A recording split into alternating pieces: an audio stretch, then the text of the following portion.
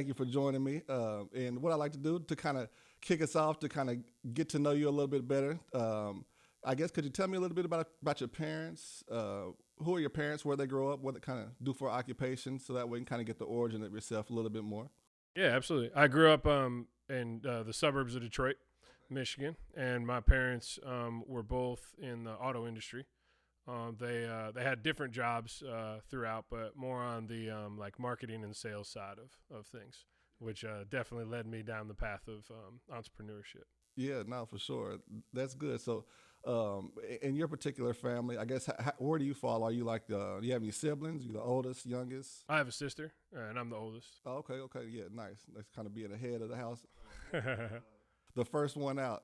That's pretty cool. So, I guess if you could tell me a little bit about your childhood, I guess what was like a memorable moment that you could kind of tell me, or just anything that you like to kind of share from your past. Yeah, when I think about my childhood, I think about looking back on it, having a lot of really great role models and mentors, and I was really fortunate of that. I had both sets of my grandparents all of my youth, and each of them had their own really great lessons to share. My father's father owned a gas station and repair shop in Detroit when my dad was a kid, and my uncle took it over, turned it into a detailing shop later on, like by the time I was born. But he was definitely someone that had a knack for going into business for yourself, and I think my dad learned a lot from that, and he passed that on a lot to me. And my grandfather was a very proud. My mother's father was a very proud veteran.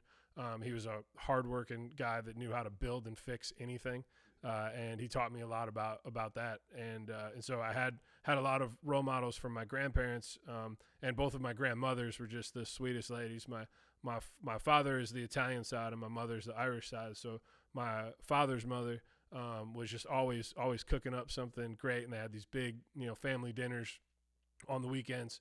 And she was just a great spirit, and very tied to her religion, which was great for me to learn from. And my mother's mother was also a great cook, and she loved baking. She made these great pies and cakes and stuff, and she was an avid golfer. And so when I was a kid, she taught me how to golf, and I learned a lot about like patience and persistence, in that. And as I got into like middle school and high school, I started getting into more aggressive sports where I could hit somebody instead of a ball. But I learned a lot from that. And until she was 90 years old, she walked the course and played. And she was a really, really great golfer. So I had a lot of really great role models and great experiences. Now, both my parents were two different personalities that worked really well to like shape who I was. My mom was incredibly strict and very certain about her beliefs about how someone should act and live, and your path to life and that sort of thing. And I definitely rebelled against that as I got a bit older. But looking back on it, all of those lessons were incredible, and I wouldn't change anything for that. She's also one of the most caring and like supportive people, and would do anything for me. At the same time, when I was younger, I felt like I was just looking at it as like all these rules and restrictions, and I can't do what my friends want to do. But all of that guidance helped create a lot of resilience and a lot of focus and strength and organization in my personality. My dad was a little bit more laid back, but the thing that I learned the most from him was really about like negotiation. If it was like his phone bill was incorrect, or if something got messed up on an order, and he had to call customer service and have a conversation with them about figuring something out, he was very polite, but also really knew how to like converse with someone to be able to get the end result that was necessary, and taught me a lot about that, a lot about like customer service and conversation and that kind of thing. And he's also just a huge music fan, so that was definitely something that like pulled me towards the music side of things. He built motorcycles when he was younger, and he was building a car, a old race car when I was a kid, and he had this radio out in the garage and a bunch of CDs and vinyl records and tapes and stuff, and there would always be music playing, and it was always different kinds of music. So that really opened me up to a real wide variety of different styles of music. So, I mean, there's so much I go on for days about the level of mentorship and guidance that I had as a kid. I was very, very fortunate for all of that. But those are the things that just come to mind off the top of my head. Yeah, definitely. No, those are definitely great things because especially you got like a piece of every aspect of life, whether it comes to like building a business, resiliency, just kind of learning different trades like customer service, the aspects when you were speaking with like negotiation with your father, just your mother, installing those values in yourself that maybe you might have rebelled against, but later in life you kind of found maybe true and see why those she was kind of with her. I guess I'm not sure the proper words, but you kind of know what I mean. Yeah. Because all that stuff comes to truth. So because everybody has their own life experiences from their own perspective, and that's why they kind of instill those values. So grabbing a piece from each one, that's definitely going to help, and that definitely builds a great foundation. Absolutely. So yeah, no, that's definitely good to hear. So I know, well, before, I guess you said you're from Detroit, your hometown, correct? Mm-hmm. So I guess could you kind of tell me a little bit about Detroit back then? I guess the era that you may have been in, well, I guess the early 90s or late 80s kind of era, kind of growing up when you kind of viewing it, is that right? Yeah. Yeah, well, there's definitely a lot of pride in the city, and I grew up a little bit. I grew up outside of the city, like in the suburbs of Detroit. So I wasn't like right in the heart of the city, but was definitely surrounded by the blue collar work ethic. And basically everybody had either themselves or had a family member that worked at one of the big car companies, you know. And so there's a lot of that. There's a lot of cars around. There's definitely like a really strong sports like community around there. So I mean, like I was playing hockey from like when I could walk. That was the first sport, and then anything that I could do where I could be aggressive and competitive, I was into. So I played hockey and football and basketball, baseball, and wrestling. And there was definitely a lot of like athletics, you know, around me, and definitely a lot of pride that I think gives you like a sense of like maybe confidence and a sense of community too, that you know that is really really strong. When I went to high school, my high school was closer into the city, and that definitely opened me up to different experiences, seeing a different side of the city and stuff. And we had to go play our football games at a different high school because like we just had like a dirt field that we would practice on and stuff. And it definitely built a lot of character, you know, through that. But it's a great city and incredible music town. So there's a really great underground hip hop scene that I fell in love with as a young kid. Around middle school is when I really got into that whole like culture behind the DJing and the breakdancing and graffiti and just the whole energy and the storytelling around it, and combining poetry with music, and that I got really really into. And there's a lot of really talented underground artists, again with a lot of pride, you know, when you come from there. And so the music community is great, and there's a lot of history, you know, with Motown and several other, you know, artists that came out of Detroit that give you a sense of like, well, if you're interested in pursuing a career like this, you know, there's people from here that have made it happen, and there's a lot of history to kind of look from and gain a little bit of confidence from. Yeah, no, definitely. And one thing I do know about people from, well, at least Michigan or Detroit in general, that they're real passionate about where they're from and about the sports things and everything. So that's pretty cool. So I know, like you kind of talked about Michigan being also a music city, because you said Motown as well. I was going to kind of ask you about later, because I know now you're in another music city as well, mm-hmm. But I'll kind of get to that a little bit later. But I know that you said your dad was like a huge fan of like a wide variety of genres of musics, and you all went to like a lot of different concerts. So I was going to ask you, I guess, what's one of those concerts that maybe stuck out for you, and I guess what led you to your musical passion? I guess if maybe was that part of the process, kind of through your dad, inspired through all his genres of music, just checking different things out. Yeah, I think it definitely had a big impact on it. And I can't leave out my mom with that, because I forget about this sometimes, but she took me to a Metallica concert when I was in middle school. She got some tickets for work, and she was like, "Would you want to go to this?" And I was like, "Yeah, but are you sure you want to go to this?" Exactly, yeah. Yeah. That was pretty hardcore for back then in the middle school. Yeah. So yeah, like the experiences that I had going to concerts definitely had a big impact. It's kind of funny and a little embarrassed. Like the first concert that my dad took me to was Weird Al. Oh, really? Yeah, I remember So, that. but what was cool about that, and what I came away from, was like the talent. Like that dude can play every instrument, and the showmanship. There was a very entertaining show. You know, even though it wasn't something that you're like you want to tell everybody, like, yeah, my first show is Weird Al. But looking back on it, I was definitely drawn to like the connection and the showmanship of it. You know, the energy. But then I think when I got more pulled into really wanting to make music a career, it was more with the bigger sort of acts. I know my dad took me to a Alan Parsons concert, and he's another like incredible musician, and it wasn't as like wild energy sort of thing, but the musicianship was something that was really cool. And my dad would always mention like the sounds, like how like you see how like they put that certain sound together, and and he was always very like inquisitive about how something happened, which made me start to maybe explore it a little bit.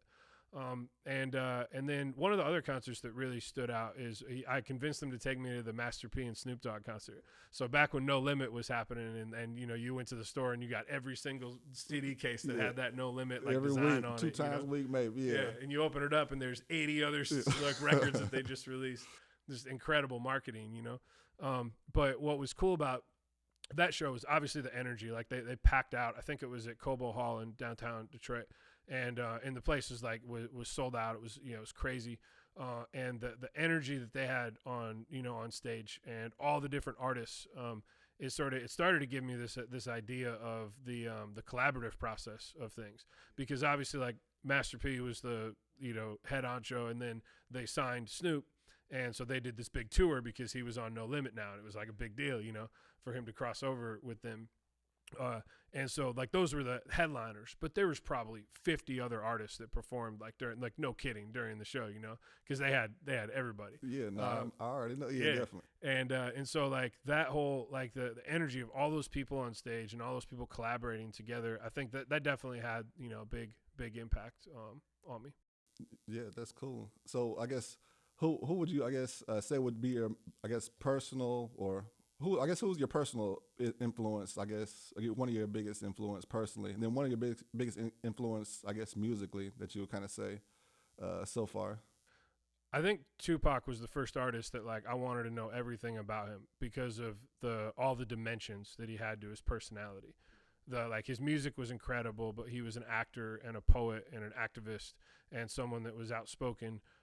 And just had a really great like talent for music itself, but there was also so much depth to to what he did, and so like his writing, and also like creating his own cadence within rap, so like in a period of time where like in the 80s there's like a certain way that kind of like everybody's rapping, and everybody has a little bit of their own rhythm, but there was definitely like a cadence that was like with like that era, and then Tupac definitely came out and had like his own thing with a lot of the alliteration and like the triplet stuff and the internal rhymes, and so all of that was really interesting to me from a writing perspective.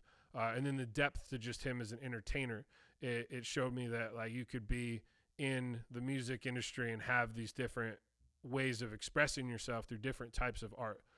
That was really interesting. Now, I never had the opportunity to see him perform, which I'm super bummed out about. But hearing all of his music, watching all of his movies, like I think he was the first artist that like I really like just dove into and wanted to know everything about.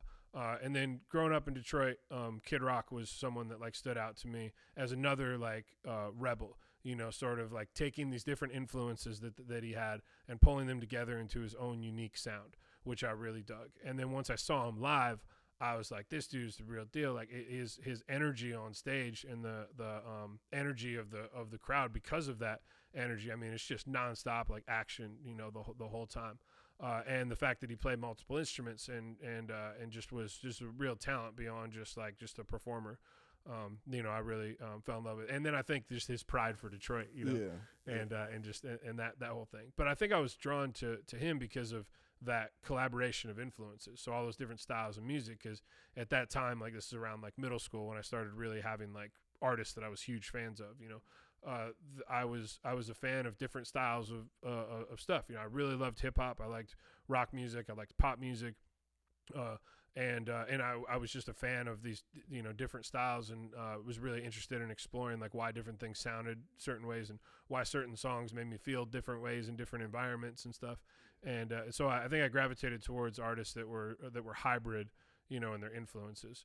And some other artists like that I think about is like Linkin Park and Limp Bizkit, groups like that were bringing like the idea of hip hop and rock together and then doing it in a very commercial way that was very much like totally ready for radio and very, very commercial, and like the songwriting and arrangement of it. But in the sounds, they were combining these really deep like hip hop grooves with this really aggressive and energetic, you know, rock music and stuff.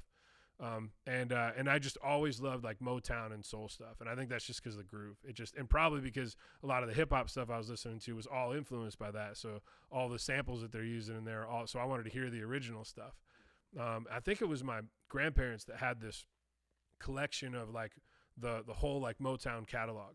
And I still have it in our lounge in there. And it had like interviews and stories about the songs and how they came together and how the artists, you know, came together. And I was really influenced by Berry Gordy and the idea of creating this environment to create hits and create timeless music, and then just the massive success that they had, you know. And that's when I started, I think, getting more pulled towards looking at individuals that were behind the scenes than just the artists themselves. So I think I started to focus more on like the record executives and like the Russell Simmons, you know, and those types of folks, instead of the artists themselves. I was just such a diverse music fan that I didn't really pinpoint myself on like one sort of, you know, artist, but I did like buy every Russell Simmons book that he wrote and want to learn about like Rick Rubin's background and engineers like Al Schmidt. And just there was a lot more to that I was really started getting drawn to. Yeah, no, definitely, for sure. So I guess you probably already answered the question. I'm going to answer it. So I guess what made you want to get into like the people in the background again? Kind of explain that to me. So you said you were kind of interested in, I guess, looking for more than just being an artist and kind of, I guess, I think I was interested in learning more about the creative process. The creative process. And okay. I think when that started to happen, when I was young, my dad, when I was like in grade school, I started taking guitar lessons, and my dad got me a guitar, and I enjoyed that, but I didn't like excel at it very quickly, and I had friends that were excelling at it a little bit quicker than me, and I'm super competitive, so I think I got a little bummed out by that, and I wasn't like putting my full effort into it because I just didn't find myself as like passionate about it, but it was good to have that foundation of music theory and kind of learning the, you know, instrument. And then one summer I saw DJ Scribble on MTV Spring Break, and he's just rocking this crazy like huge stage on the beach in Cancun, and everybody's going crazy, and I was like, that looks like a lot of fun. So that summer I saved up some money and bought a couple turntables and a mixer and some records, and I started learning the art of DJing, matching beats and mixing records together, and then creating your own instrumentals out of breaks within different songs and stuff, and really like the old school side of like hip hop DJing I was really drawn to. And then so I was in my bedroom every day when I wasn't either at practice or at school, and just spinning records and listening to stuff, and I think that's what really pulled me into like the creative side of it. Like you can really like, you know, make this music, and around that time, I guess like in middle school too, I started writing. So I was writing like songs, and both like pop driven kind of like singer-songwriter songs. But I also really got into emceeing. So I was writing like these rap songs and singer-songwriter songs, just kind of experimenting with just, you know, with writing stuff. And I would take little breaks off of records and come up with like new chord progressions through combining those together, and then I'd write little melodies over them. And then I wanted to record that stuff. So at first I just had this little, like, I think it was called like a My First Sony. It has got like a microphone on it and a cassette recorder inside of it. And so I would just put it up to a speaker and like, you know, press record and do that. But that didn't sound very good. So I think the next thing that I got was a little 4-track cassette recorder. And so I started learning how to record my own tracks, and then I learned that you didn't just have 4 tracks. You could use that 4th track to dub the other tracks that you're doing down to and keep adding to it. So now I was like, cool, what other sounds can I add to this, and how can I create a little arrangement around it? So I got really into that, but it was more for just sort of my own artistic expression. And but then I started meeting other people that were writing songs and into music, and that was more in high school. So then I moved my little set up from my bedroom down to my parents' basement, and then I just invited anyone that would let me put a microphone in front of them. So I just had buddies that play guitar and sing, and one of my friend's sisters was an incredible singer that ended up moving to Nashville and having a lot of success here, and so I got her to come in and sing some hooks on some songs and stuff, and had some different bands that I would work with, and that gave me just a lot of experience about collaborating and writing together and just creating sounds. So I was still kind of interested in like the songwriting thing. I definitely like had a interest in being an artist at that point.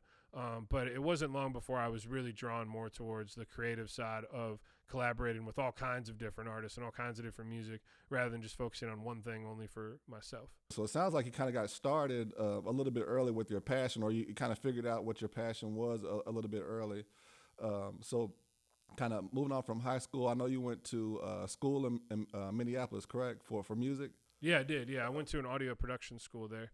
Okay. And it was definitely like it was a difficult conversation to have with, especially with my mom, but about not wanting to go to college, like like a university. And because that's sort of, I think it's a little more open to understand that like that degree doesn't mean success anymore. Yeah. But back then it was definitely still in a transitional, phase. And for sure. And some people would still say you got to go to college and, and get your degree. But I was pretty adamant about not doing that. I just saw that as a distraction from what I wanted to do. I saw it as like taking a 4-year break away from starting my career that I really wanted. And I wasn't at all interested in going in, being in debt or spending a bunch of time learning a bunch of stuff that I was never going to use in my life. And I was really adamant about that. I was really adamant about that in high school too. Which I gave my teachers, hell, if it wasn't like English class or gym, I wasn't really into it at all. But we had this conversation, and so what I found that there were schools that you could go to for recording where you could get like a certificate type degree. So I ended up getting an associate's degree, and that was kind of like our compromise. Like I would go to an organized school, but I wouldn't spend 4 years taking a bunch of classes that I didn't need to take. I'd be focused on what I wanted to do and be able to just really dive in and start my career. So I found a school in Minneapolis that was it was a smaller school. They had a bunch of studios in the facility, which intrigued me because I felt like it would give me access to a lot of different types of equipment and stuff.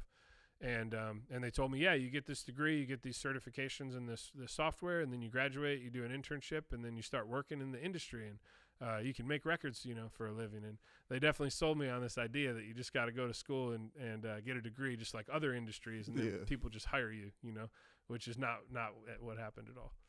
Oh yeah, definitely. So I guess what were some good benefits? Because I know you had a lot of, from what I've heard, that you've had a lot of great access to equipment at this school, so you were able to check out diverse pieces of equipment, learn new things. Like, what was a good positive takeaway that you had from the audio production school that you went to? The biggest benefit is access to equipment. And so when people ask me like, hey, should I go to an audio school? I think the first thing is to make sure that you're going to have access to the equipment, because some schools only give you access to the studios when you're working on a class project, and then they have so many students that there's never time to book, and so if you don't have access to that hands-on experience,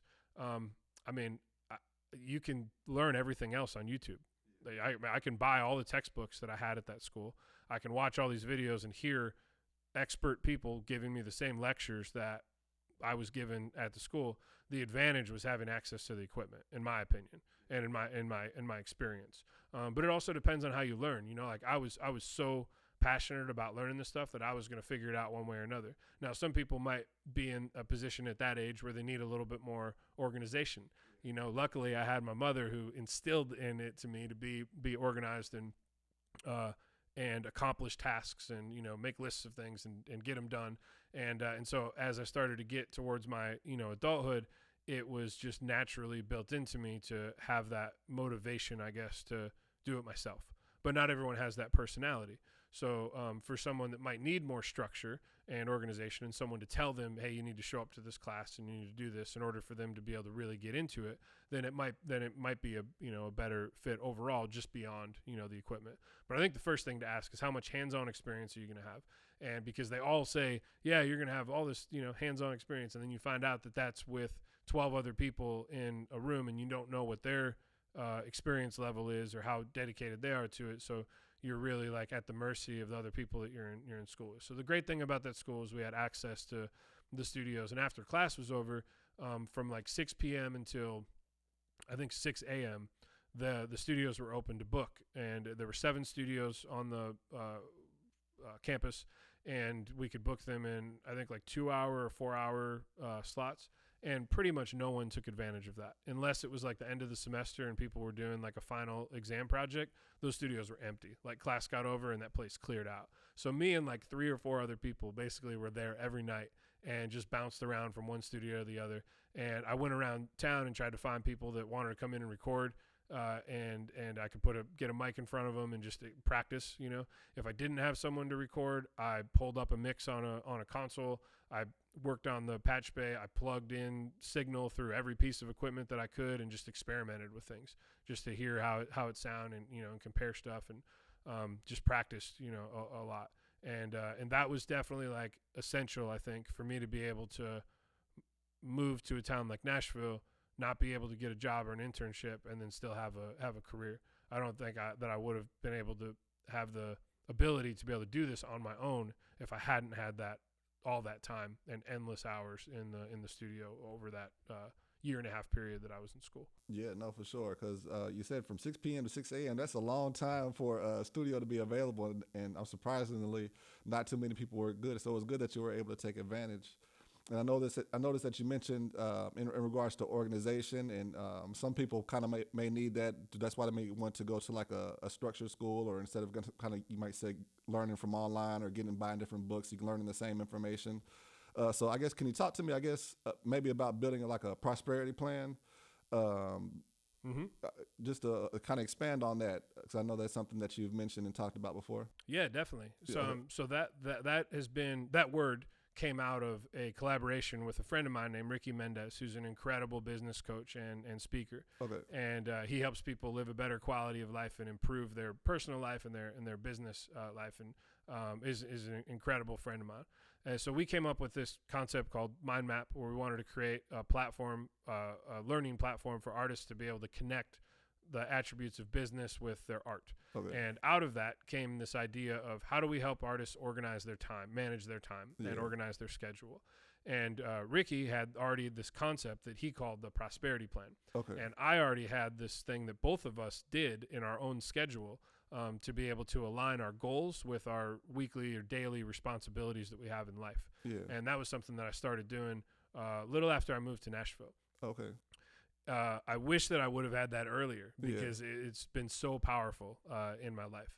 So that's a little backstory on exactly like what it is and what prosperity plan means. So the definition of our definition of our prosperity plan is our schedule with our goals aligned with it. Okay. And so the way that I organize that, the first thing that I do is sit down and set out what are my top goals that I have for my future. And those are very specific goals. Those aren't like be successful. Those are win a Grammy Award, sell 1 million records with a project that you completely developed on your own, those sorts of things. And so you organize that, or it could be earn a certain amount of revenue. That was one of my early goals, to be able to support myself 100% through producing and engineering. And so you set these major goals for yourself, and then look at what are the small sort of milestones or steps that you would need to be able to get there. And so we'll take it from like one of the original goals that I had was to be able to make a living strictly from producing and engineering. So in order to do that, I calculated what my rent was for the place that I was staying in, what my like general like food expenses were, like basically what my survival needs were. Yeah. And so what do I need to be able to make that each month? And then I broke that down to a weekly goal and then a daily goal. And then I looked at that goal and then said, okay, what are the things that I need to be able to get more consistent work? And so it set up those things. One of those was more outreach on a consistent basis. So for me, when I was first starting out, every night I would go out to a different show and I would meet and talk to as many people as I could and just be around the community and introduce myself to artists. And that worked out pretty well, but it was a lot of just sort of meeting people. So I needed to have more strategy around it. So then I started researching these shows beforehand, and I would go and try to find specific shows where there were singer-songwriters that were new to town, or artists that were new to town and didn't have a commercial record that they had recently released. So that was like a very specific demographic. And the reason for that was that I was going out to these shows and meeting a lot of cool people, but they were already people that had their whole community and team together. So it was cool to meet them, like they knew who I was now and we could hang out, but they weren't necessarily going to be artists that I could collaborate with immediately. But if I looked more to try to find the people that were like me, that had just moved to town, that didn't have the connections and the team and the resources yet, then those are my ideal, potential clients to really start building my career. So I sought out them specifically, and then I would go to find the places where those types of artists played, and then beforehand I would research who are the artists that are going to be there. I'd find out information about them, and then I would go to the show, and then I introduce myself afterwards, and that was a more focused way to be very specific on how I was going to move towards that. Now, after doing that for a few weeks, I might have found one person that wanted to come in and record, which is great. But now that one person wants to record with me every couple weeks. Now, if I keep doing that every day for a few months, now I have 5, 6, 7, 10, 12, 20, 30, and then it starts building, over time. And within a couple of years, I had a pretty solid foundation of a client base with artists that were calling and coming in. So that was the process. Now, in order to execute that, I had to put it on my schedule, because what would happen is that I'd get distracted with writing a song or experimenting, with something, or I had a long day at the other like part-time gigs that I had, and was just kind of tired and just wanted to chill out, and I didn't have that thing written on my schedule that I had to show up and do. So what I started doing was taking these smaller action items that I knew that I needed to do to move towards these bigger goals, and just putting one of those on my schedule each day. And that really helped me move towards the growth that I wanted, quicker. Now, in order to organize that, what we do is that once we have this broken down into what is the action that we can take on a weekly basis or daily basis to move towards these larger goals that we have, now we need to organize our schedule. So what I would do is I would start with my schedule, just lay it out with whatever my like work responsibilities were. So my first gig was DJing at a club downtown. So I was doing that Thursday, Friday, and Saturday nights. And at that time, that's what was really paying my rent. I was able to, like, barely paying my rent, but that was what was covering my, expenses. And then I had a gig recording voiceovers at a small little studio, and that was a part-time thing, maybe like 15 hours a week or something like that. So that stuff was all on my calendar. I put that down. And then I looked at, okay, so what time is left? So I had to make like working hours for myself. And those working hours aren't when I have to go to work. Those working hours are the hours that I'm going to be working on my prosperity. And so I would determine those hours when I started. I started a little bit later in the day than I do now, but because I was up really late, So usually it was like from like 10 in the morning until about 2 in the morning. And during that time, I was going to be doing something to work on my career. And so I took those small little actions that I could take every day. And if it was practicing something like learning a new software, practicing a new skill, that was something that I would put on there. If it was like email outreach or researching shows, that was something that I would put on there. And I would schedule the time that I was going to work on that. And then the shows that I would go to, like that was a nightly thing. So that was something that was happening. If I wasn't working with someone, then I was out somewhere, trying to meet someone.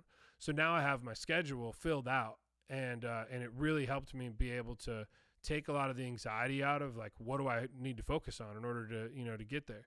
But I learned very quickly that you can't overwhelm yourself with too many things, because we oftentimes like underestimate how long it's going to take to get something done, and sometimes underestimate like our endless ability to be creative and, and resilient and stuff. As much as we want it and like I was willing to work harder than anybody, there's a certain point where you burn out. For sure, yeah. So you definitely had to find a balance. So the other thing that that I incorporated in my prosperity plan is fun. And so I take time throughout the week to do things outside of the studio that I enjoy doing, that have nothing to do with music, that are a great way to reset my mind. So for me, like these days, I still play hockey. So like I go out and skate a couple times a week. When it's certain time of the year, I love going golfing. We go out on the lake on our boat a lot, and just things to get outside of the studio.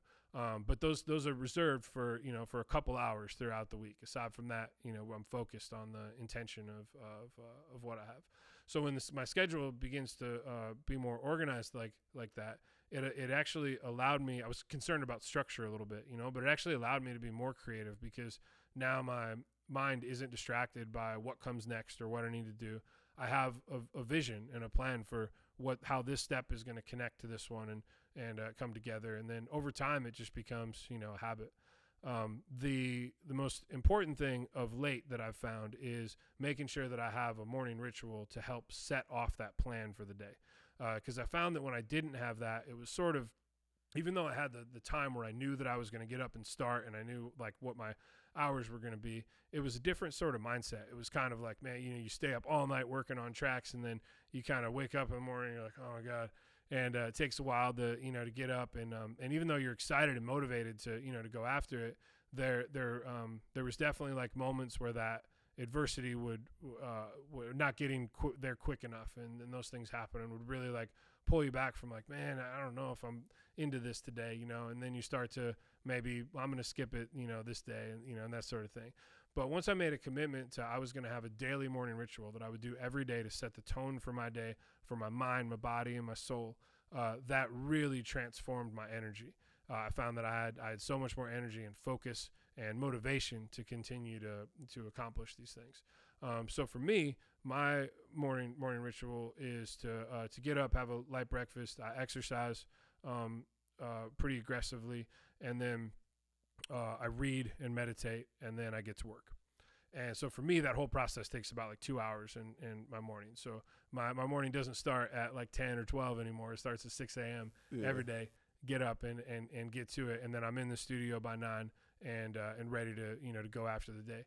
Now when I started, it wasn't that long. I mean, it was like when I started experimenting with this process, it was like maybe a 30-minute workout and then diving into it. But over time, I found that there were these other things that really helped me set my mindset in the right place, and I wanted to make sure that I was always learning. So that's why reading is an important part for me in the morning, to just kind of get my brain woken with new ideas and just new perspectives, on things.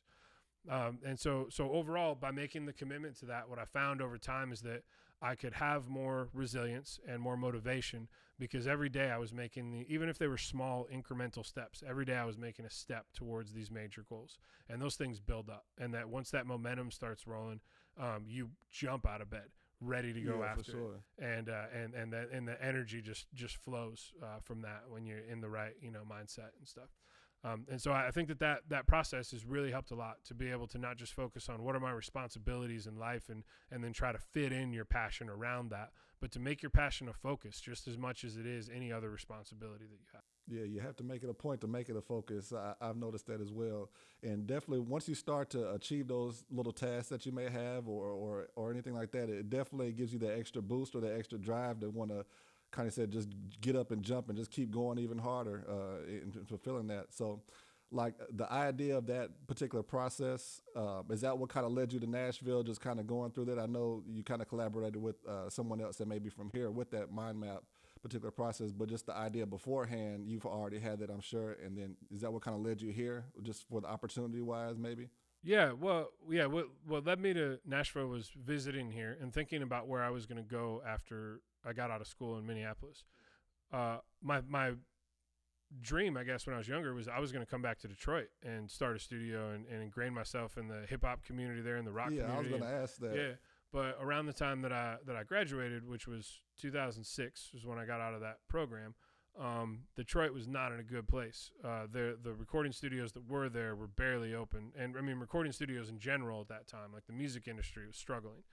and it was the downfall of Napster and piracy, and they hadn't figured out iTunes and streaming and all this stuff yet, and it was a weird time.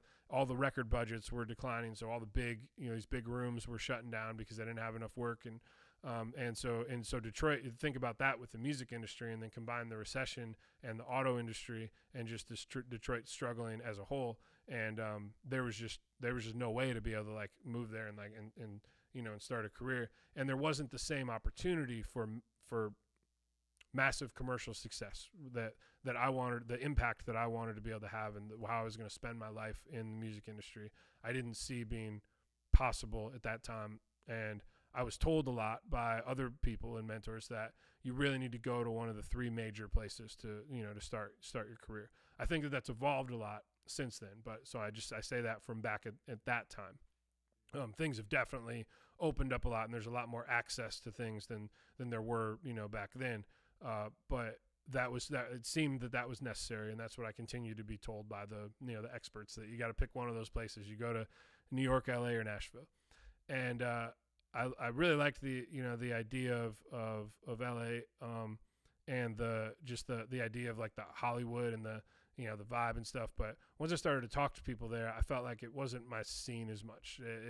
There was a certain like, the culture is a little maybe it's different. just a little different, and I didn't want to be as flashy and like that. I just kind of like hang and just focus on my music and and that sort of thing. I love going there now, and like it's really cool people there, and the vibe is awesome. But I really connected with Nashville. I loved the idea that it was a songwriting town, and that it was respected for the high quality level of pristine production. And I felt like there was a lot that I could learn by starting my career there.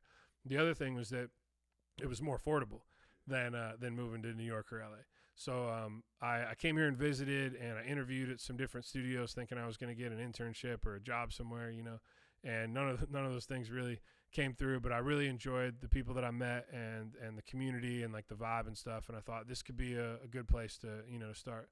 But I was still really hesitant to move without an internship or without a job, because like, where am I had no idea. Like, where do you start? I didn't know a single person here.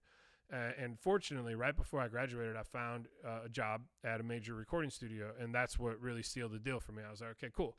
I'm going to intern at this place, and if I don't screw up for a few weeks, then there's an opportunity to be an assistant engineer at this major studio in town.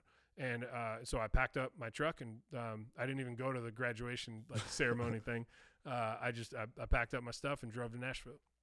And that was a very emotional experience, to pull around the corner of 65, the highway that rolls into Nashville, and see the skyline. And like, it was very, very emotional. Like, I broke down and was like, all right, I'm here. This is happening. This dream that I've had since I was really young is finally coming. And I did it. I'm like, I'm here. I feel like, all right, I made it. Yeah. I did not make it. I wasn't anywhere near, but that energy was great. Now, a few days later, I was just as emotional, because I showed up to work for that job, and they were like, yeah, we got a little bit of an issue with how we had structured this, and we're not going to be able to have you come on. And I was like, well, I got a lease on an apartment, and I got like enough money to survive for a couple months, and no, everyone else told me no. So what am I going to do? It was pretty crazy. Luckily, the studio manager there, he was really supportive, and he became a great mentor for me, and now a great friend. And he gave me a lot of good insight and support, and was like, dude, you just got to stay after it. You moved here, you did it. You have your vision and what you want to accomplish, and there's opportunity. You just got to stick it out. And he told me, like a lot of people did, that Nashville is a 5-year town. Now a lot of people say it's a 10-year town. I was meaning that it takes at least 5 to 10 years to really solidify yourself within the industry and really start to have a career blossom, from it. And for a lot of people, it's like it's a 10-year, kind of mark. And so that gave me a little bit of weight off my shoulders. Like, okay, cool. I'm here. I just got to figure out how to pay my bills for a little while. And I'll find another job. I still hadn't even thought about working for myself. I was like, well, I'll just, I'll keep interviewing at places. I'll keep calling around and knocking down doors. And eventually, an opportunity will come up. Well, after a few months of doing that and that not happening at all, I sort of came to this realization that just like how I didn't want to go to a university and spend 4 years going through a path to be able to just get to what I really wanted to do. I think I was reading, there was this book by Russell Simmons, and one of the lessons in it was just start now. Whatever you want to do it right now. And it doesn't matter what it is or what excuse you're going to give yourself for starting it tomorrow or preparing for it. And I'm not ready yet. Just start now. Whatever that step is, just take the first step to begin. And that really stuck with me. And for some reason, that concept popped back into my head when I was sitting there trying to figure out what the hell am I going to do. And so that's what I did. I immediately just thought, okay, how do I meet artists? I know no one here. And so the first step was just go out to whatever show you can go to and whatever place there's people at and just try to start meeting people. And at that time, I wasn't I'm still not a really great small talker, and I'm not like the dude walks in the room, makes friends with everybody. I'm really analytical and kind of focused on things. And I mean, I love hanging, I love meeting new people and having conversations, but I'm not great at small talk. So moving here, not knowing a single person and walking into places trying to say, hey, what's up, was really awkward for me at first. But again, I just focused back on start now, go after it, do it. You got to make it happen one way or another. And I got over myself and just started going out and, meeting folks and doing that. And then I jumped on Craigslist and started making advertisements for recording. I set up this little makeshift studio in an apartment on Music Row. And it was good to be on Music Row because I was kind of legit that I had a space there. I made the apartment look like it was a studio, not in a one-bedroom apartment. And so people come in and there's a little demo room. And I started cutting some tracks and stuff. And it helped to start to build up. But I moved here for that that job that never happened, and probably the greatest thing that that never happened to me, that because it pushed me into this ability to be able to choose the work that I do, focus on and be responsible for my own success and not rely on anybody else for it, which I learned is a really important and essential thing to have in the music industry, because in the entertainment industry as a whole. I don't think anybody's going to go out and do it for you. You can find some really great mentors that give you some really great guidance, but at the end of the day, it's up to you to make it happen. Whether you're an artist or a producer, engineer, artist manager, it's not a deal where you show up and you clock in, 9 to 5. If it's the type of side of the industry that I'm in. Yeah, definitely. Because I know, also in the past, I've heard that you mentioned just even leaving maybe a production school and starting out new, just the industry's changed so much. So they have the idea of being an intern, interning somewhere, I guess you were going to do it originally, that kind of backfired on you. So then you can also have maybe an option to be an assistant to a producer, which maybe you may have an option or you may not have an option. And then you had the freelance opportunities in which that's what you kind of took upon, and you kind of found your niche into doing things like that. Can you kind of maybe explain the differences between the three? Yeah, totally. Okay. So the biggest issue that I had, the reason that I couldn't get an internship, was that the school that I went to didn't have an internship program. And in Nashville, or in Tennessee, it's a state law that you have to get paid for an internship if you're not getting college credit. And so in order for me to intern somewhere, none of the studios would hire me because I wasn't getting college credit. And and so no one was cool with doing that. So it left me unable to get an internship. If someone wanted to get an internship and is going to school and is getting credit for it, it can definitely be a good experience. And it was something that I wanted an experience to have. I would never say that it's necessarily a bad thing. Now, there's different types of internship experiences. There's the commercial studio internship experience, which is going to be at some of the bigger multi-room facilities and stuff. And they're usually going to have a handful of interns, maybe as few as 4 or 5 up to a dozen or so. And those interns' responsibilities are going to be pretty broad. It could be just cleaning, wrapping cables, sort of keeping things organized, basically being a janitor / maintenance person sort of thing, a runner going to pick up lunch, setting things up, for people, going to drop off thing, that sort of thing, kind of just a general sort of assistant, kind of deal. And in some of those facilities, which is something that I don't personally agree with, but I only say it from my own experience, they basically tell interns that they need to be invisible. And they don't want them to really participate, to speak to anyone, and to be really involved in sessions. I don't know that that's the intent of what an internship should be. I think in my mind that if you're interning somewhere, you're supposed to be getting the experience that will allow you to have a career, not just do menial work for someone, but I never had that experience, so I can only speak from that. I have friends that say, man, that's just part of the deal. You got to do it and, and pay your dues. And then, you start to get those opportunities once you earn them. And that's completely fair. So certain studios are run that way. And it's important to know that those types of internships are going to be set up that way. Now, there are some great opportunities that can come out of that. Just being around that type of facility, if you pay attention, you can learn a lot, even though you can't talk to anyone. For sure. You can see a lot of really great things. You can learn how that type of studio is organized and managed. And there's a lot of great experience and knowledge to get out of that type of experience. And it can prepare you once there might be that type of, that opportunity. And so there's that type of internship at a larger, commercial space. And then you have internships that are more with smaller, maybe production companies or producer-run studios like mine. And in general, I think those internships are a little bit more personal. You're going to have a closer relationship with the people there because it's a smaller staff. They have more specific clients that they're working with rather than like a broader, range. And you start to get to know some of the the folks around. It's a little bit more of a casual sort of thing. You still may have some of the similar tasks to do, but you may have a little bit more kind of hands-on experience and one-on-one time with the individual that runs the place that you're working with, rather than the sort of just generalized internship that might happen at at a larger space. So that can be great.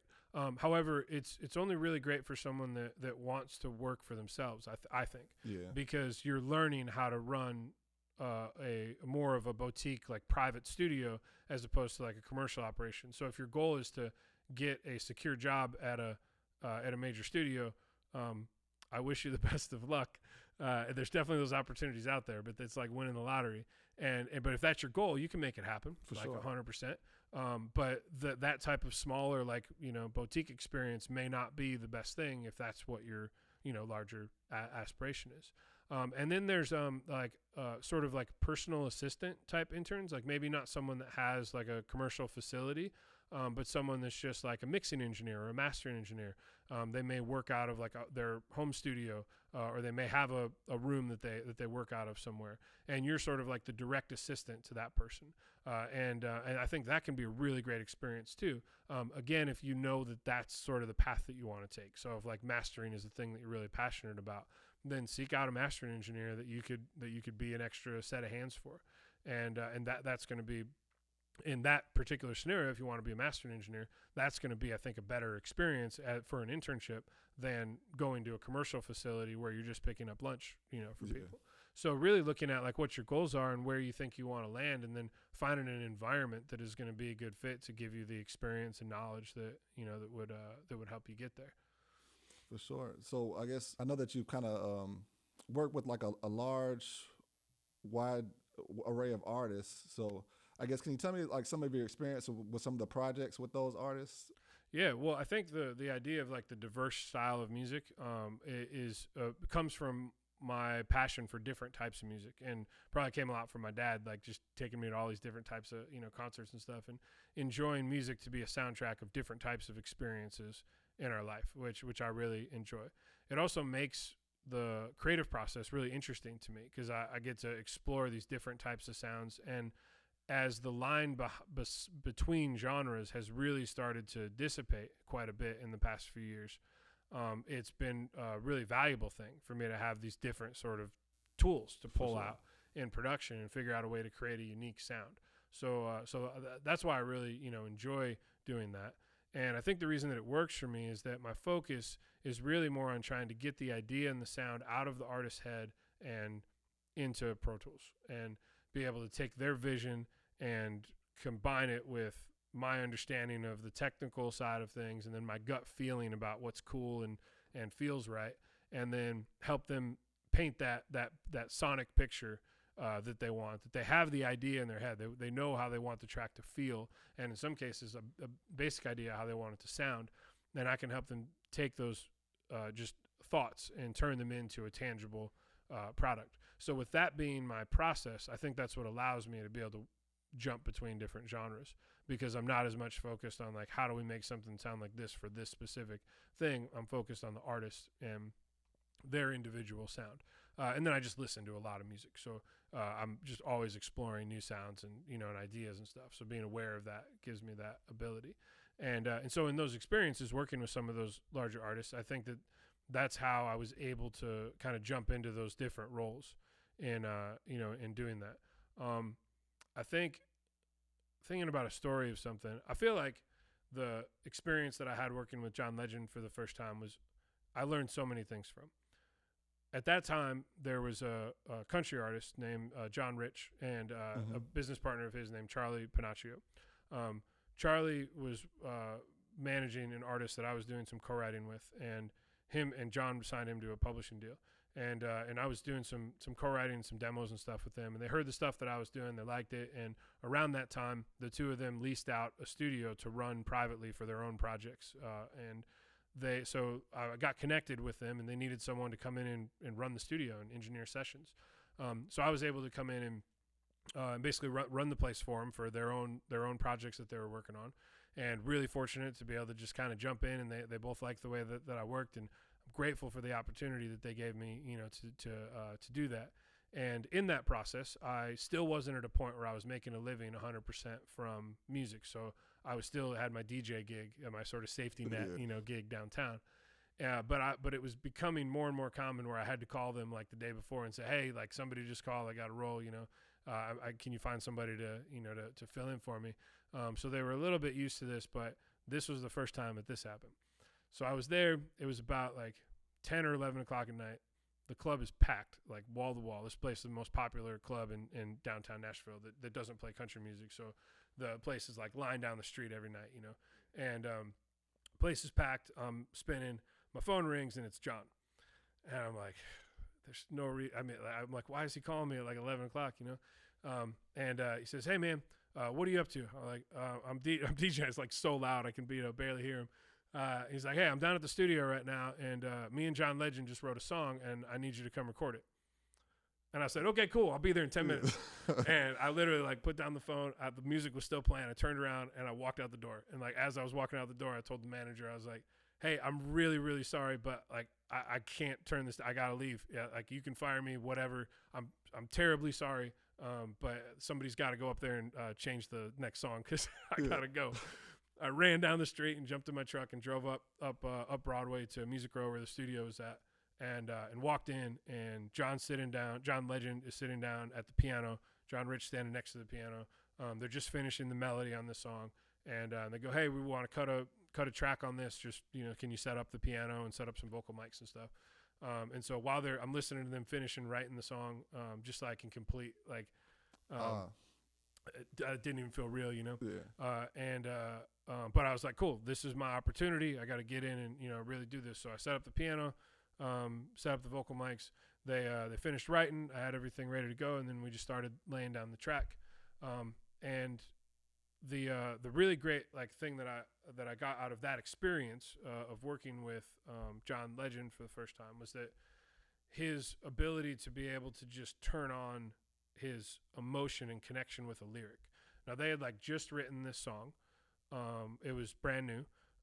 And the Lakers were in the playoffs at the time. So the Lakers game was on in the lounge and they were just hanging out watching the game. After I got all the equipment set up, I went in there and was like, hey, I'm ready to roll whenever you guys are. So he goes, all right, cool. Just comes in super, chill, lays down the piano. So we cut that track and then steps up to the vocal mic. We do this first take, and as I'm listening, just watching him perform, he went from just chilling out, just watching a game, to turning into he was singing to a stadium of 50,000 people. Oh wow! He was just laser focused on and they had just written these words, but he connected with them at such a deep level, and it was like we were just demoing the song, but it was like we were cutting a record in a song that he had been performing on stage for quite a time, and was really comfortable with it. And it gave me a lot of insight on what it means to have that thing. I think that was my one of my first experiences of really seeing that kind of magic happen right away. And then just learning like the craft of being able to put your mindset in that place to be able to give that performance that you need.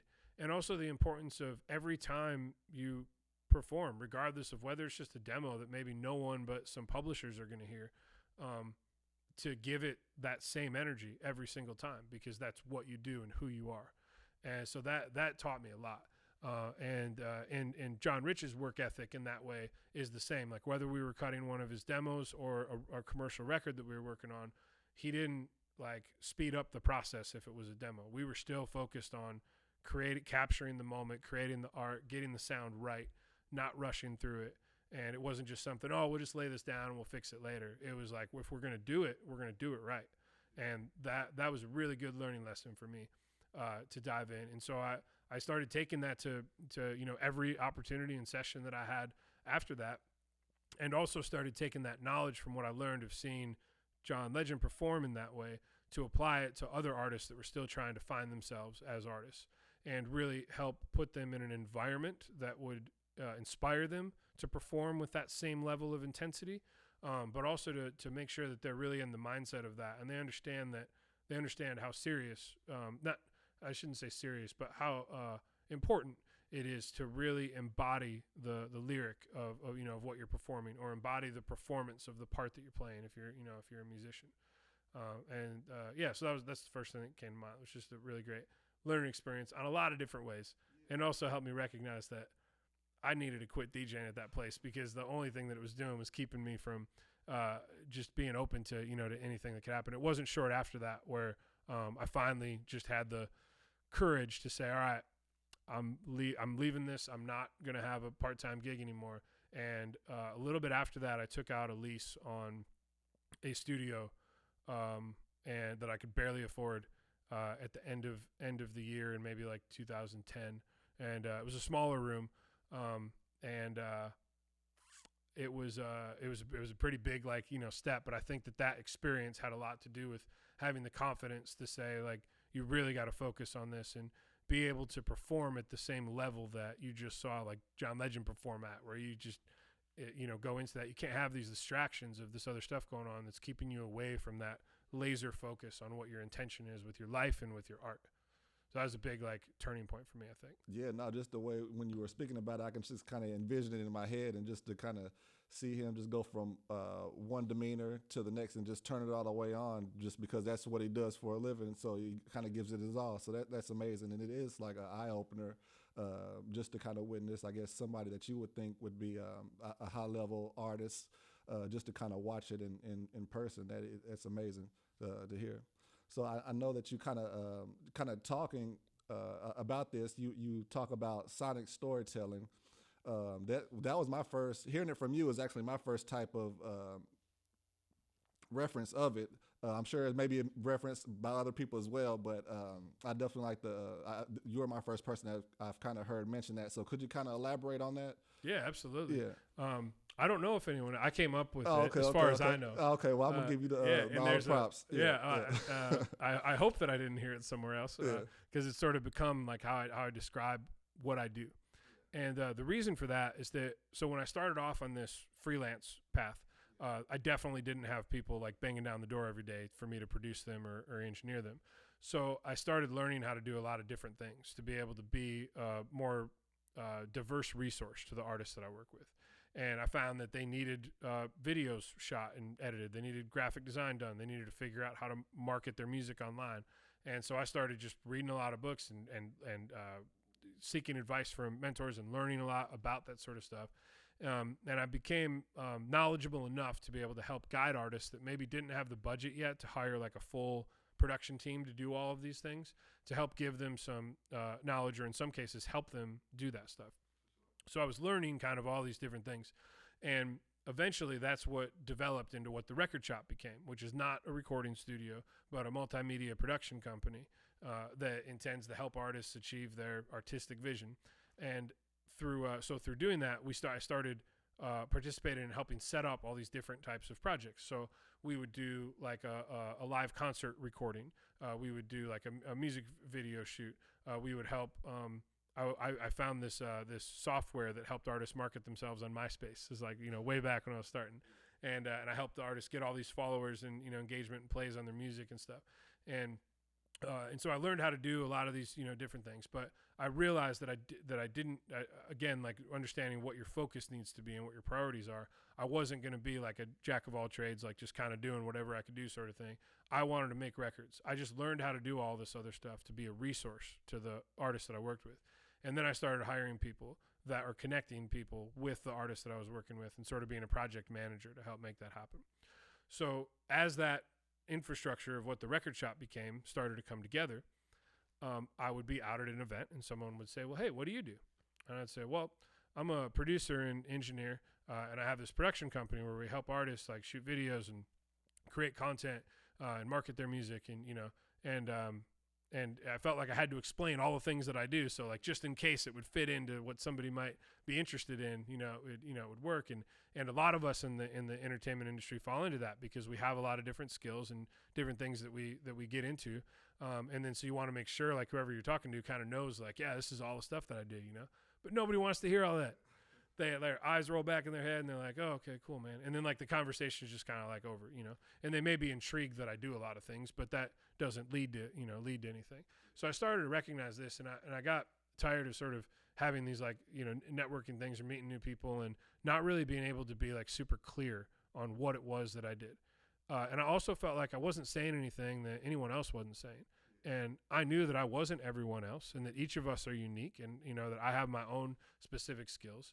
And I needed to figure out a way to be able to articulate that in a way that helped me stand out, I guess, and helped to authentically define like what I do as a creative. So I started thinking a lot about like, how do I not say producer anymore and come up with like what I really do, because it's deeper than that. There's more going on. And there were a few different people that someone asked me once what my sound was. And I found that really interesting because I didn't really think about that much, mainly because I never really like sought out to have a specific sound. It was more like I set out to have a philosophy of how I treat a project and approach it. And that's to focus on the artistic vision and make sure that we're creating art that is timeless. Yeah, I was going to ask you that as well about what your sound was, but yeah, you just and so I didn't really fall into that, and I'm also like a multi-genre type person, so I don't feel like I have a sound. I feel like I have a process of finding whatever that sound is that is required for the specific project. But that person that asked me that after I didn't have an answer, she listened to a number of different things that I had produced, and she said, you know what your sound is? It's telling a story through the dynamics of your production. So like your sound isn't necessarily a certain type of like tone or a certain like thing or like groove or something, but I think your sound is dynamics.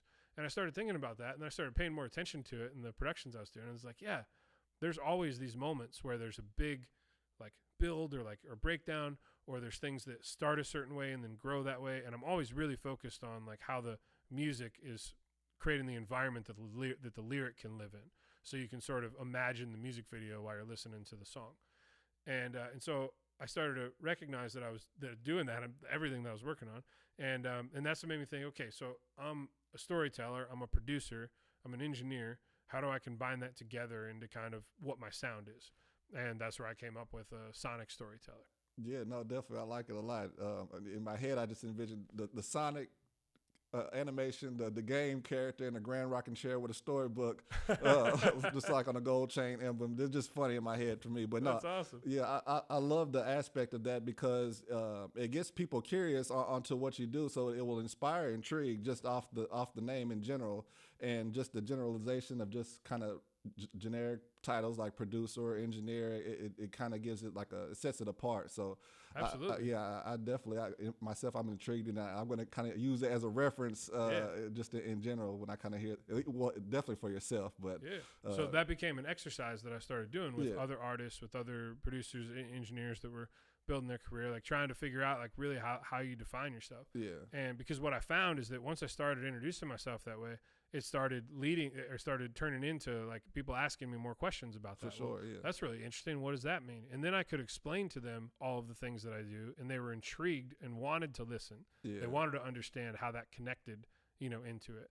And it's authentic. It's not like a gimmick. I don't say it to try to just for the pure sake of trying to be different.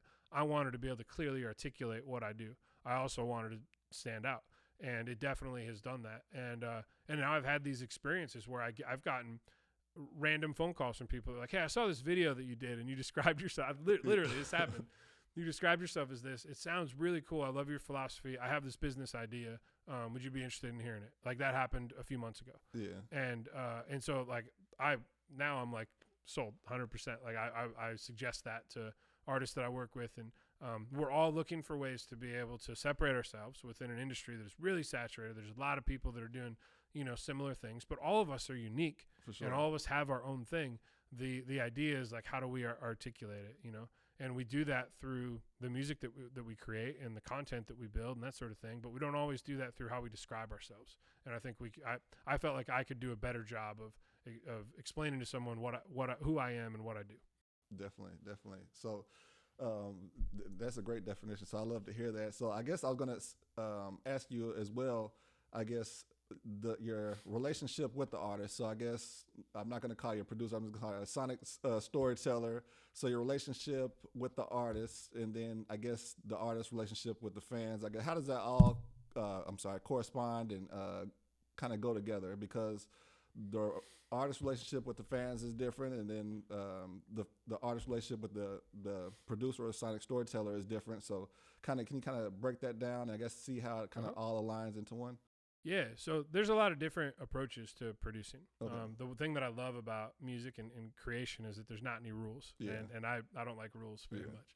I don't like being put into a box and not having the ability to be able to explore new ideas. And that's something that like every creative, I think, has in their blood, that they're just like, they want to break out of, create something new or have a new experience or just explore, these new things as opposed to just kind of being a cog in the wheel sort of thing. For sure. So in going through that, there's all kinds of different ways that you can approach production.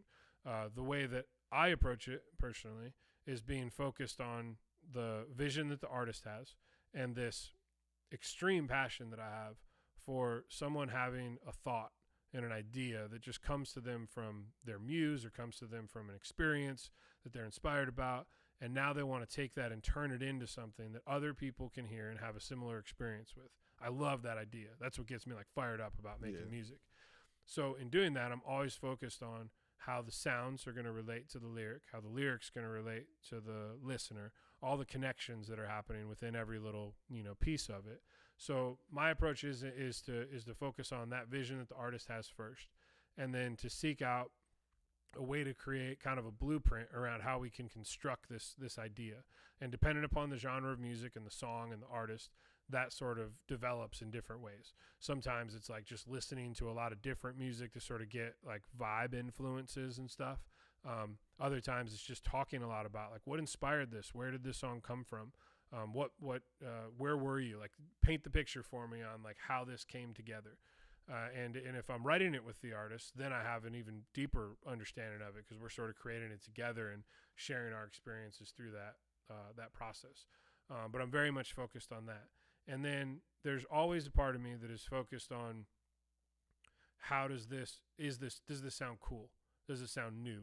Is there something that feels completely like not polished, but like organized, within it.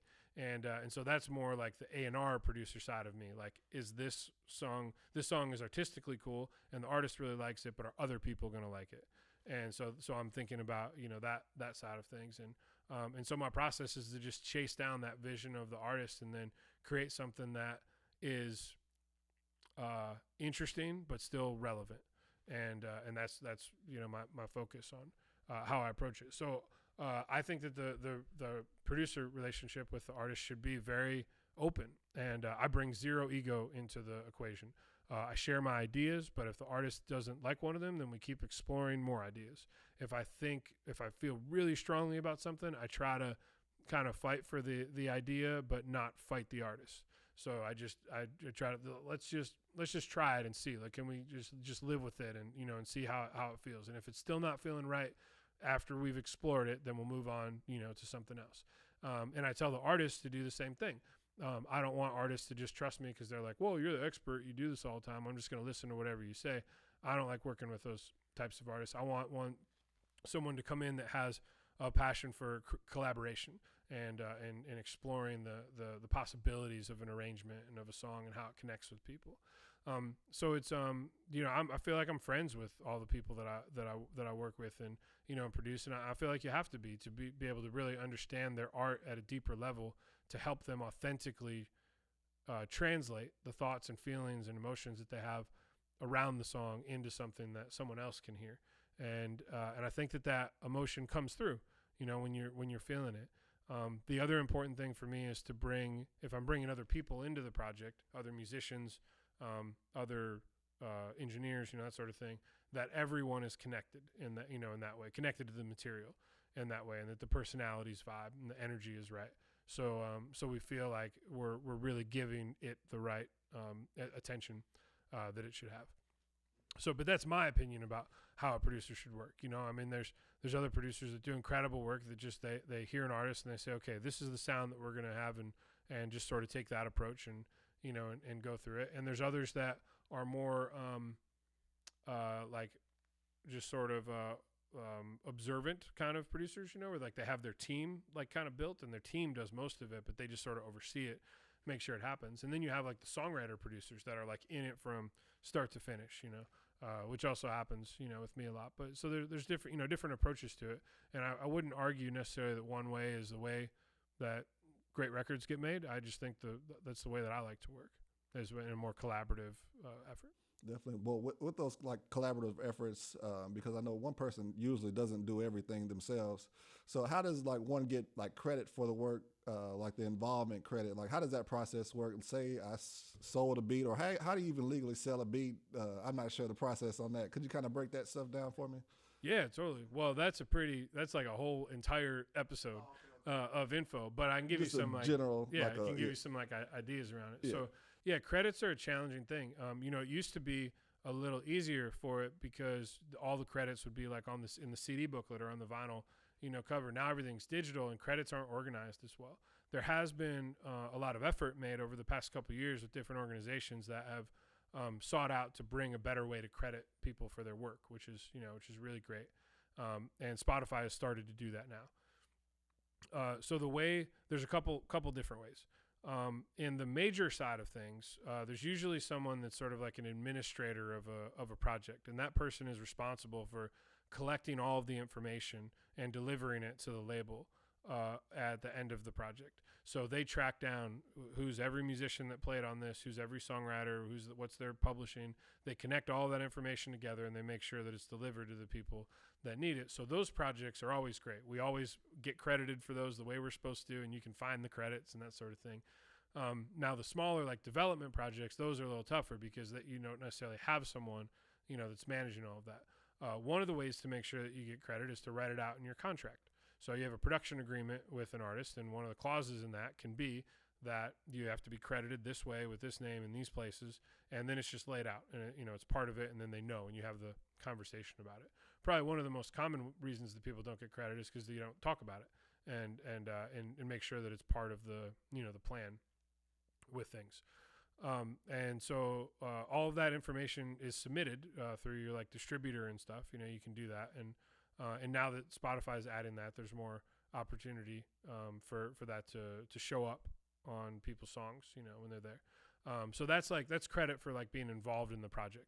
Now, as far as like residual revenue credit and like publishing credit and that sort of thing, that's more on the back end of how songs are registered. So you have your performance credits, public performance credits, which would go through BMI or ASCAP or CSAC. And so you'd want to have an account with them, and you want to make sure that when the song is submitted that you upload it with all the proper information. So you determine what your publishing splits on the songs would be. You have your publishing company set up to be able to and to be able to administer the revenue when it comes through, and then you make sure that it's submitted properly.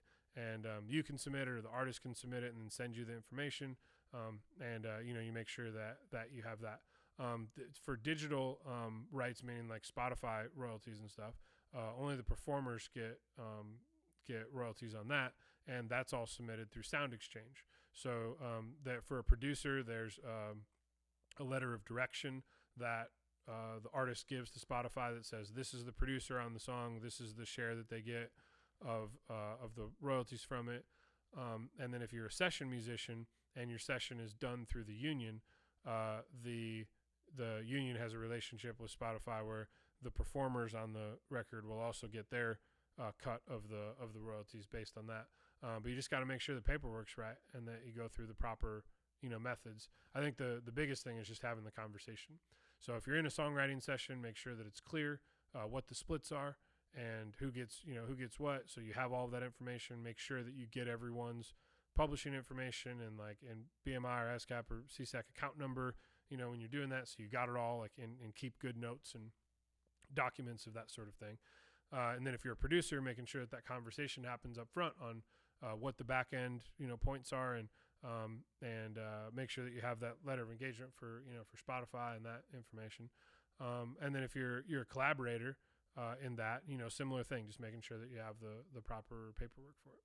Yeah, definitely. No, all that sounds in depth. I'm sure that's probably a topic, like you said, for a whole nother hour and a half for sure. Yeah. But no, I definitely appreciate that information because all of that was unknown to me as well. So that was good information. So I'd like to kind of talk about some of the things that you've done. I know you were like a NAMM show panelist. Can you kind of talk about that and explain what that is? Yeah, well, a few years ago, I got really passionate about, I guess, mentorship and giving back through the experiences that I've been really fortunate to have. Mm-hmm. I think the first one came from Grammy Camp. The Recording Academy that puts on the Grammy Awards have a program they call Grammy Camp, where the best high school music students from around the country submit an application to be able to be a part of this camp. And a small group of them get selected, and there's some that are musicians, there's some that are like vocalists and singer-songwriters, there's others that want to be a producer and others that want to be in management. And they put all these different groups together, and it's a summer camp for high school kids. And so one year I got asked to come in, and I think we did like a panel, and then they brought the production group of the kids into a studio when I was working on a record. And just seeing their energy and just excitement around it, and then just the caliber of their talent, because these are the best kids from around the country that all had to submit to be able to be accepted into this program. So it's not like just anybody can sign up. And they were so much talent, and it really reinvigorated my spirit just being around them. And that got me passionate about the idea of mentorship and education. And I felt like, I guess, I got enough experience at this point that I could give back and be able to, share some insight. I feel like we're always learning every day. So it's always a question about how ready you are to feel like you're the person that can tell them how to do something. But I felt like I had enough to be able to. So I started doing that. And then I got approached by a school called the Recording Connection that has a mentorship-based audio engineering program. So students will learn one-on-one with a mentor in a real studio that's working, as opposed to in a classroom with a bunch of other students. I really liked the idea of that program, so I agreed to come on as an instructor, and they started sending some students in. And the great thing about the program too is I get to pick my students, so I get to choose the people that I think I can do a really good job for and that I think are meant to take this career path and stuff. And so I really enjoyed doing that. And then I got into the NAMM stuff because I was going out to the NAMM show to learn and to network and to seek out sponsors for an online music show that I produced. And I made a lot of really great connections through that. And that was my main focus, was just really to go out and network and things. But through that, I met this whole other side of the music industry that's in the product side of things. So these are all the artist reps for all the major companies and the marketing people of the companies and the designers of new products and instruments and all that. And there's just this whole world of this other side of the industry that I had no idea about. We use all this stuff, but there's this whole community of people, and everybody's just really cool and friendly and just as cool as people are in the creation side of the industry. So I started making some cool friends there, and some companies started endorsing me and the show that we had. And so through that, I just kind of got tied into the community of that.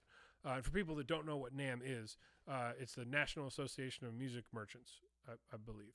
And but the idea is that all of the people that make musical products, and then all of the dealers, people that are like guitar centers and Sam Ashton local music shops and that sort of thing. They go out to see all the new products and then place their orders for the year. So it's a conference for that to come together. Now with that, they have a lot of really great panels and educational content and stuff. So for years, I was just hanging out, sitting in the room, asking questions, just engaging in information. But after building some good relationships with some different folks there, one of my really good friends named Shalise, who was a head of marketing at Taylor Guitars, ended up moving over to be head of marketing for NAMM. And she made a recommendation for me to be a speaker a few years ago. And David Schwartz, who runs a lot of the panel things there, sent me an email and said, hey, that sounds great. What would you like to talk about? And we came up with a cool idea about entrepreneurship in the recording industry. And that was the first one that I did a few years ago. They really enjoyed it, and they asked me to come back. And so I've been doing it for a few years now. And we have another one that's coming up with Believe in Music Week. That's happening in mid-January, because this year we're not going to be able to have the in-person conference, so they're doing one virtually, and we just shot the content for it a couple weeks ago. Okay, yeah, that's been a lot of fun, and I learn a lot through doing that stuff because I'm like researching things, and then you're thinking more analytically about your process, which has been a blast, and you connect with new folks and stuff, and it's a fun thing to be a part of. So that got me really excited about speaking, and then I started getting asked to do podcast stuff and all that. And I love that because it's just, I always wanted to hear the stories of people and kind of how they found their path so I could find my own lane to be able to roll through. And so my hope is that I can take the time to do these sorts of things and give the feedback, and hopefully it'll help somebody else be able to find their own path, their own fulfillment with whatever their passion is. Yeah, definitely. And that's why I enjoy talking to different people as well, just to kind of see everybody's different journey, because everybody has their own experiences. And I was going to ask you, because you have a thirst for information, and sounds like you like just not only to educate yourself, but also share education with others. I'm not sure maybe the process, but have you ever thought about maybe starting your own music academy or something like that? Has that thought ever crossed your mind? Not yet. I think it's something that might happen a little later on in my career, where I create something a little bit more organized like that. But for now, I'm happy to be a part of other people's organizations and spend time doing that. I don't necessarily want to transition to being like a full-time educator or anything. I want to make records every day. Yeah, and sure. And until I'm not inspired to do that anymore, that's going to be 100% my focus. But I'll take a little bit of time out of my day to do educational sort of stuff. But I think that there's I think there's a good idea in there that might happen a little later down the line in my career. Yeah, for sure. Because I know you also had some speaking engagements at Belmont. Is that correct? Yeah, all the major universities around town I've done stuff for, and it's just, again, it inspires me just as much as I feel like I give information to them. Just kind of reinvigorating your spirit, and also knowing that these kids are hustling and they're going after it, and you got to keep working. Yeah, for sure. Yeah, for sure. You can't rest on your success. You got to keep going after it. Yeah, definitely. So speaking of work, I guess tell me about the record shop. So how'd that come about to be? The record shop exists because no one would hire me. Yes. So at first I was just freelancing, and then was reading a lot of business books, a lot about entrepreneurship and marketing and networking and that sort of thing. And I started to get a lot of different experiences through the different types of gigs that I was getting as a producer and engineer.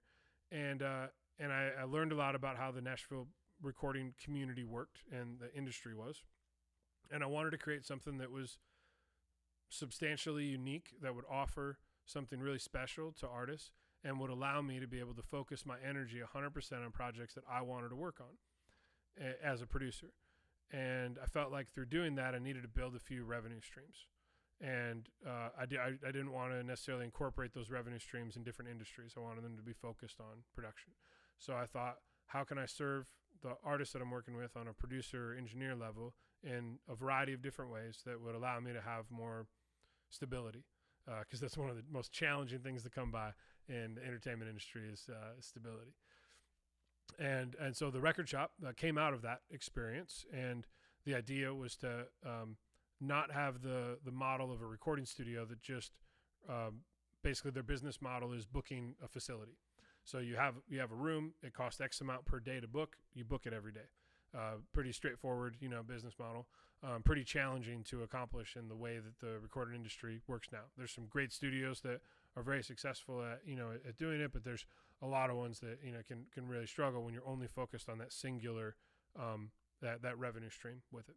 So my goal was to not necessarily have just a recording studio, but to have a production company that could provide these variety of different resources to artists that could all be happening with or without my involvement, and I could keep my energy focused 100% on producing records. And so that's what the record shop became. A really important part of the record shop was our mission. And in reading a lot of business books, I found the importance of a mission statement. And every business has one. It defines your brand. It tells you what you do on a day-to-day basis. You have your vision statement, which is the greater later, what you want to accomplish through accomplishing your mission on a daily basis. Your vision is what the vision for the future. What is the impact that your organization is going to have on your industry? And then some people create like a passion line, so like a kind of shorter statement that just describes your motivation, around things. So I read a lot about that and the importance of that in branding and marketing and how you represent yourself and in public and in print and that sort of thing. And so I did the exercises that I read from very successful people that said this is really important to do. And I went through and thought about what is it that drives me to make music, and what is it that inspires me to work with artists. And that was pretty simple. It was to help artists achieve their artistic vision, which was something that I got really excited about. Like I didn't want to just be like a button pusher that just came in and like, cool, is that good? Do you like it? And artists didn't want that either. And I learned that really quickly because I was so excited to work with people when I first started getting work, because it was hard to get, somebody to come in. So I finally get somebody to put in front of a mic, and I'm like going over the top trying to make sure everything is perfect for them, and that energy people like commented on. They're like, man, usually I go in the studio and, the engineer just kind of like sets it up and it sounds good, but they just sort of ask me, do you like that? And is it good enough? And then just kind of move on. And I feel like you really care about what you're doing and you're helping me get better.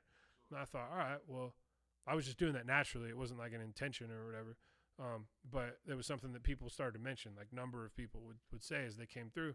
And I thought, okay, well, this is probably something I should like focus in on and make sure that I'm maintaining within my process, because it wasn't intentional at first. It was just natural, and so I explored that a little bit deeper, and I found that my passion behind working with artists was to help them achieve their vision and do my best to work as hard as I could to accomplish that. And then around that time, again, doing like a lot of reading, I read a quote by a philosopher named William James that said, the best use of life is to use it for something that outlasts it. And I read that and like got goosebumps, and like I read it again and was like, oh my God, that's my purpose. That's why I've wanted to pursue this for so long. Because I think personally, and like being a little bit vulnerable, I've always had a little bit of a battle with like purpose in existence and stuff, without going like too deep, but like, no, I think we all probably had that internal like, struggle with why that. Are we here? And like, why is this worth even like going after? And especially when you hit really hard times and hit like adversity and you think that you really want to do something, you're like, man, like, why is none of this even matters? I'm so insignificant. You know what I mean? And so you can get kind of down on yourself in that. And I definitely went through stages in my life where I was there. So when I read that, it gave me this like hope. I was like, wow, there's something that I can do that will sort of create like eternity for me in a way that like where I can have a greater impact on the world and on people through creating something that will outlast me. And then I connected that with helping the artist achieve their vision, create an art that outlasts us. And through doing that, we will be successful, because if we focus on serving the artists in the best way that we can to be able to help get their vision across, and we have the persistence to do the highest quality of work that we can and never like settle for anything less than the best that we do, then eventually you got to make something that's going to outlast you. So I connected that together. And I thought, wow, this is my mission. This is the passion that I have behind it. And so our mission became to help artists achieve their artistic vision and create art that will outlast us. And that became something that's on my emails. It's on our website. It's my motto. And beyond that, though, it's not. What I learned is that it's not just like a marketing and branding thing. Like, cool, that's like a clever, like catchy thing that gets people excited about like your philosophy and process and all that. But it has become so much more powerful for me personally in my daily life. If I'm going through a mix and an artist is being really challenging on getting those final tweaks knocked out, I tell myself, am I serving their vision?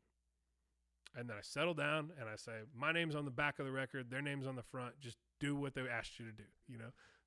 Get rid of your ego. Don't let it, you know, slide in. If I'm frustrated with myself because I'm not getting that sound that's in my head and I'm just chasing it down and it's just not getting there. And yesterday this sounded perfect and now it sounds like garbage, which happens all the time, you know. I ask myself, am I committed to create an art that will outlast me? Am I going to do the very best that I can to make this something that's going to be memorable and connect with people? And if that doesn't happen right away and it takes me a few tries to get there, that's okay because I committed myself to that mission. So I've used that mission statement, not just for like branding purposes and, you know, some catchy catchphrase or whatever, but for me personally, to be able to drive me to work harder and to make sure that I'm serving the artists that I work with in the best way that I can. And I think that's probably more powerful than the marketing idea behind. Yeah, definitely. And I like it as well because you have it on everything. So for yourself, you see it every day. So it's ingrained in you and instilled in you. So like if you kind of see something repetitively every day, you start to kind of become that of what you see or those habits of what you may do. So I like it a lot. And I was going to ask you, because I know you are innovative in what you do here in the facility. So I know during COVID it may have caused a little bit of adversity, but through your mission statement, you all are still willing to create content that outlasts. So tell me about some of the innovative things that you've kind of done. I know you've had some live streaming and things going on to kind of help.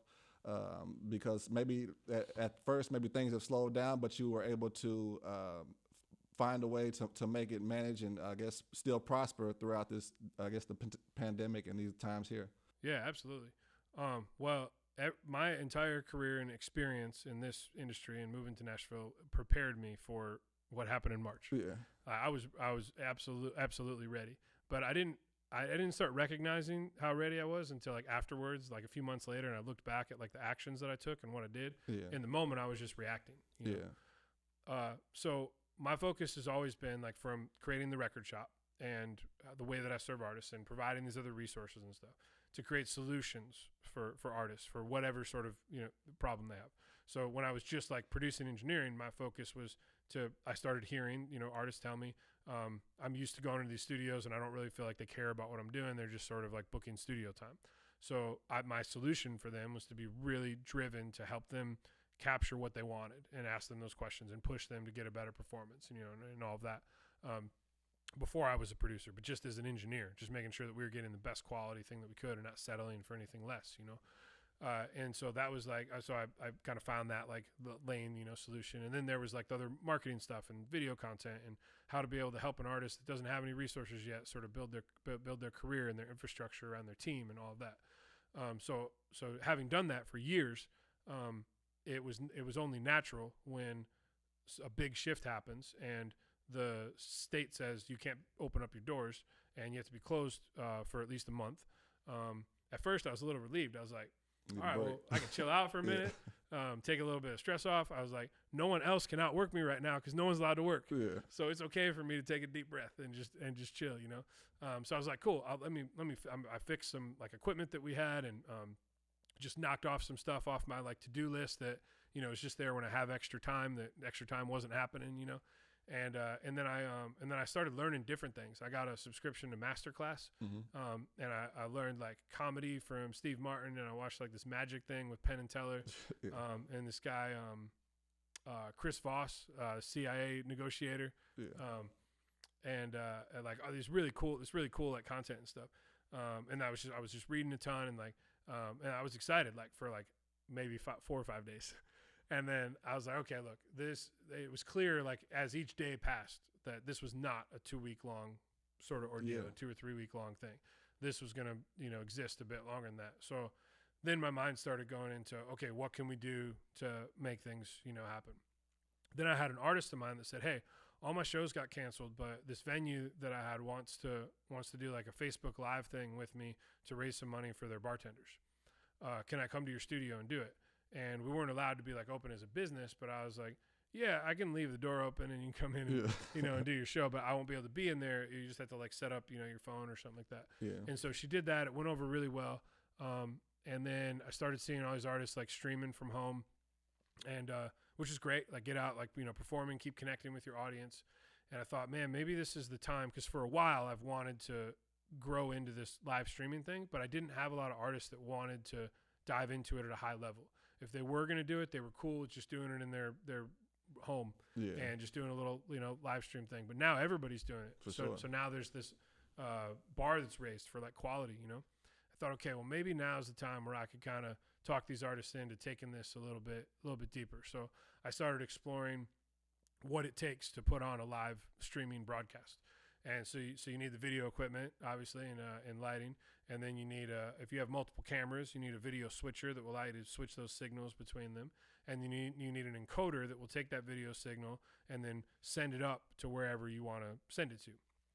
And convert it into the format that it needs to get to all these places. So if you want to go to Facebook and YouTube, or if you want to do a private thing to Zoom or a different, you know, website and stuff, then you need a host to be able to get to get it up there. So I learned the basics of, like, you know, this stuff, and consulted with a really great AV specialist that helped me put together an awesome package of stuff.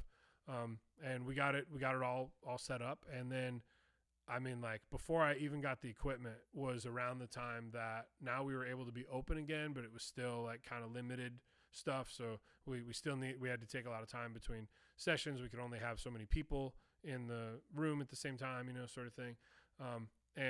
But I was starting to have a couple in-person sessions here and there. And I think it was like a week before it arrived, this incredible gospel artist that I work with, her name's Miranda Curtis. She was in here, and she's looking around before she starts cutting her vocal, and she's like, man, it'd be really cool to shoot a video in here. Yeah. And I like lit up. I was like, yeah, it would. Yeah. And guess what? I just got all this equipment, and we can do a live broadcast of your show from the studio. It looks super clean and all that. So she was super excited about it. She got with her band leader, and they put together this concept for it, and we did a surprise album release show. And it was really successful.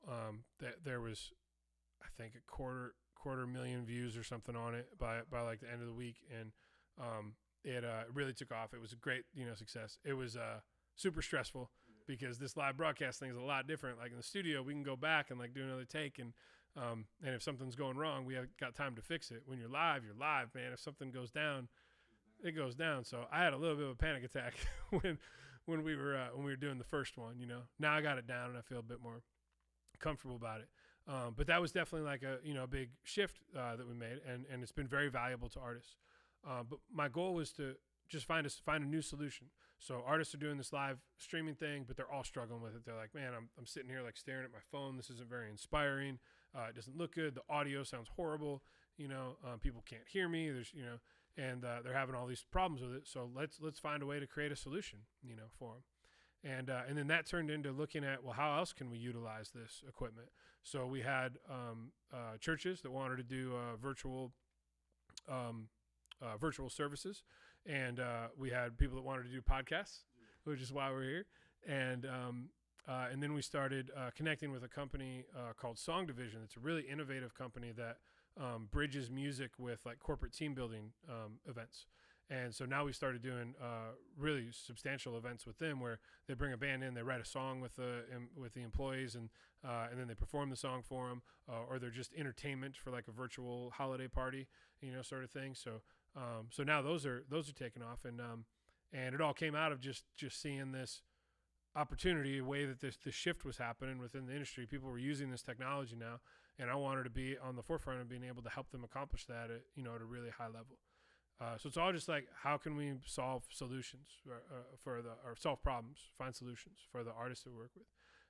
The other thing that we did is that I was in the middle of a couple of projects when when all the studios got shut down, and I wanted to keep working. Like, you know, after that few days of chilling out, I'm like, oh, cool, this is great. I couldn't survive like that, so I wanted to get back in. So I started thinking, all right, well, so how could I record remotely? So we have this live recording rig that we usually have out on like shoot dates, so that if we're recording like a festival or a concert or a showcase or an on location, recording, we have this audio setup that goes out with a computer and interface microphones and all that. And so that's just sitting here because there's no live music at venues and stuff. So why don't we put together this package that we can drop off to artists' house with all the equipment that they would use if they were here, so they're not sacrificing quality in any way by recording at home. And then I used a program called Audio Movers, which allowed us to take the audio from that system and then tap it into our system so I could hear it properly in the studio. And then we would use like Zoom to be able to see each other and run the session. And I just have everything plugged in. So they basically just like turn it on, log into the internet, and then I tap into that computer and then control everything from there. And so even if they weren't like tech savvy, they didn't need to know how to use all the stuff. I was running the session, but instead of me being in the control room and them being in the tracking room or the ISO booth, I was in the control room and their ISO booth was just at their house. So that was another, I guess, pretty like innovative way of doing something. I mean, it's all technology that already existed, but instead of saying, yeah, let's just wait and see when this gets over and then come back in. No, let's get to work. Let's keep working through this. We're inspired. We're about to finish this project. Let's keep the momentum rolling. And it was probably pretty essential for me and I think probably for some of the artists too to be able to have that to focus on, instead of just sitting around staring at the walls wondering when the world's going to end, Yeah, for sure. That was very creative. And like they say, too much weight sunk the ship. I guess it's not the same weight, but a different weight. So too much of it is definitely going to bring you down. So it's inspiring that you were able to kind of keep it up and active because a lot of people were, I guess, unknowns of what to do. And you yourself took it upon yourself to go ahead and just kind of keep going because, like you said, who knew after 2 weeks, it's still going. Who knows when it's going to end? So, yeah, it still hasn't. So yeah, for sure. So I just got a couple more questions really here. I guess could you tell me your goal for yourself and the record shop? I know you have your mind map, so you kind of write yourself some realistic goals out. I guess for maybe what do you see 3 years, I would say. Where do you plan to be, or the record shop be, or yourself? Because I know you also have an artist that you are trying to develop as well, correct? Yeah, I have several. And that's my goal in the next few years to be at a point. I've been very fortunate to have a lot of success as a producer and engineer with artists that were already established and that I was brought in to be a part of the team and have great success with that type of artist. And then I've had some artists that I've met in the beginning of their career that have grown into something greater, and I've been a part of their team. What I want to be able to do is to be able to see that raw talent in its early developmental form and be able to take it to the finish line on my own, as the record shop being the catalyst to be able to make that happen. And so that's the next tier of accomplishing that. So moving in a little bit more into solo artist development and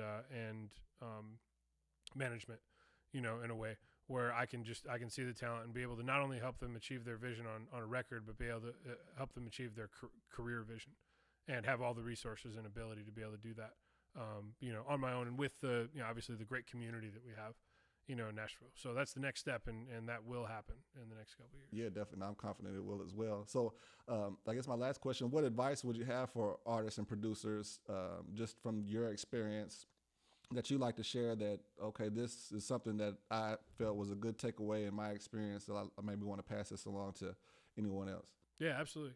I think when we start out, we have all these ideas about what we intend for our career, which is awesome. It's great to have huge goals, and I don't think that we should limit ourselves to what that could be. So far, I've been able to accomplish most of the things that I've set out to, and the ones that I haven't yet, I'm well on the way to. And when I look at it, and in that perspective, it feels great. But I think what happens is that we think that there's a certain point where we make it. And I don't think that exists. In my experience so far, working with people at the highest level of the industry and being fortunate enough to be able to talk to them at a little bit more of a personal level, I understand that there's a tier of successes that you get to. And when you get there, you raise yourself to another level. And when you're in that level, now you're sort of like at the bottom of that level. Yeah. And then you're surrounded by people that are bigger, and then you get up to that next level and the same thing happens, and there's never a top, and it always continues to grow. So you're always looking for that next thing. And the feeling of hearing a song that you produced on the radio for the first time, winning an award for something that you created, getting a top 10, single or number one record or something like that. Those things feel amazing every time, but they don't feel, that one experience doesn't feel amazing forever. It feels great in that moment, but you're only successful in that moment of success. After that, you're just working on being successful again. And I think that that's something that I had no idea, didn't recognize. I thought that there were these certain milestones that you would hit, and then you would feel a certain sense of like, okay, I did it, sort of thing, and I've made it now. Now I'm here. Now I can just chill. And that doesn't happen. Every time that you raise your frequency, you're around other people that are, another level higher. So I think the lesson to learn from that is that you have to have something greater than any of those accomplishments and greater than yourself to work towards, to be able to stay motivated in the long term, to be able to have a lifelong career in entertainment. Because if you're only focused on those things, they'll feel great when you get them, and you can get them totally by being laser focused on that. But eventually that hype wears off, and then you're searching for what it is that's going to fulfill you. And I was really fortunate to find that deeper level of passion early in my career before I even recognized that this was important to have. And even as I have that, I still struggle on a daily basis with being able to feel like I'm fulfilled enough. Like my mind still goes to that place of like, well, you haven't done this yet, and you haven't got that, but you have to be focused on that larger thing of enjoying the process, along the way. And for someone that's trying to figure that out for themselves, there's an incredible book that some friends of mine, Claude Kelly and Chuck Harmony, they run a company called Weirdo Workshop here in town. They're both prolific songwriters and incredible producers and musicians. And they created a community called Tiny Book Club, where every month or so we get together and we read a small book under 200 pages. Usually it has something to do with like self-development or experience or philosophy or something like that. And they've put together this really great environment for people to take the time to kind of get away from our art and that sort of thing and think about ourselves and all that. And through that, they introduced us to a book by an author named Jason Reynolds called For Everyone. That was easily the most impactful book from a chasing the dream perspective that I've read, and I read every day.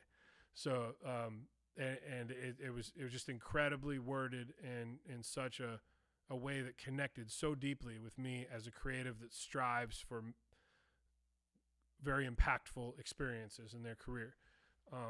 And I think that anyone that's trying to find that fulfillment or that process or kind of clarity within it, it would connect with, whether you're creative or not, just any human being. It's called For Everyone by Jason Reynolds. I was so inspired by that I bought a huge box of them and had them for a while and was giving them out to everybody. And we were doing like giveaways on social media, and anybody that was coming in that I felt like could benefit from it, I give it to him. I got to re-up and get another big box of them.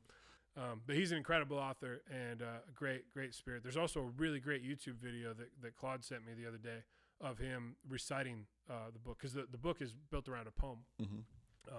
But it's just very inspiring. So for someone that wants to have something that they could read that would sort of take that idea to a deeper level, I would highly recommend that.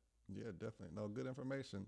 Well, thank you for joining me, Gio. My pleasure. I really appreciate it. Do you have anything else that you want to share?